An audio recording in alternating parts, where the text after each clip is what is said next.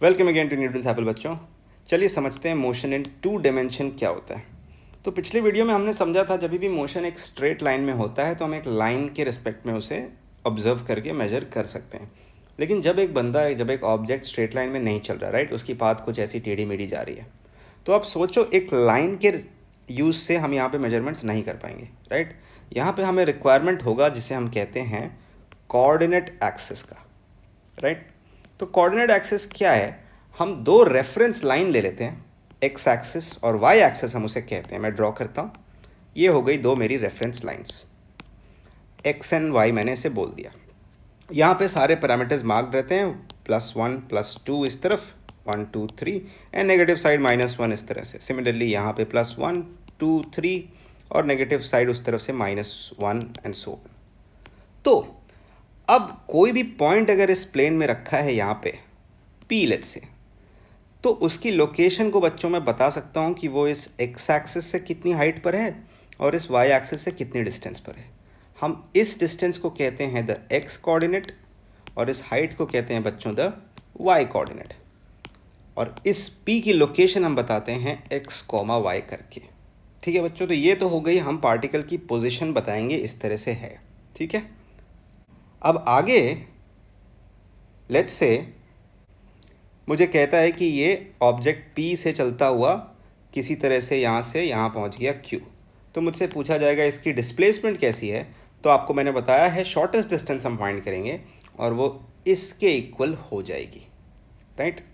तो अब ये फाइंड आउट हम कैसे करेंगे बच्चों? तो ये फाइंड आउट आप मैथ्स में पढ़ोगे, एक फॉर्मूला होता है जिसे हम डिस्टेंस फॉर्मूला कहते हैं। अगर ये x1, y1 है, ये x2, y2 है, तो ये डिस्टेंस बच्चों PQ की लेंथ हो जाती है √x2 - x1 की स्क्वायर प्लस y2 - y1 की स्क्वायर, राइट। ऑफ कोर्स एक एग्जांपल आप देख सकते हो। लेट्स से यहीं पे मैं आपसे कहूँ कि ये 2, 3 से 4, 7 तक गया, तो ये आप देख सकते हो एग्जांपल के तौर पे ये हो जाएगी 4 - 2 2 की स्क्वायर प्लस 7 - 3 4 की स्क्वायर की अंडर रूट हो गई है बच्चों 16 + 4 √20 यूनिट्स, राइट बच्चों। आई होप आप 2D का केस समझे। चलिए आपको एक बार 3D का भी मैं आइडिया दिखा देता हूँ। तो 3D बच्चों, हमने लाइन का केस समझ लिया, हमने एक प्लेन का केस समझ लिया, बट ऐसा हो सकता है कि कोई एक ऑब्जेक्ट एक स्पेस में मूव कर रही हो। उसको बताने के लिए मैंने यहाँ पे 3 लाइंस ड्रॉ किए हुए हैं जो एक्चुअली म्यूचुअली परपेंडिकुलर है।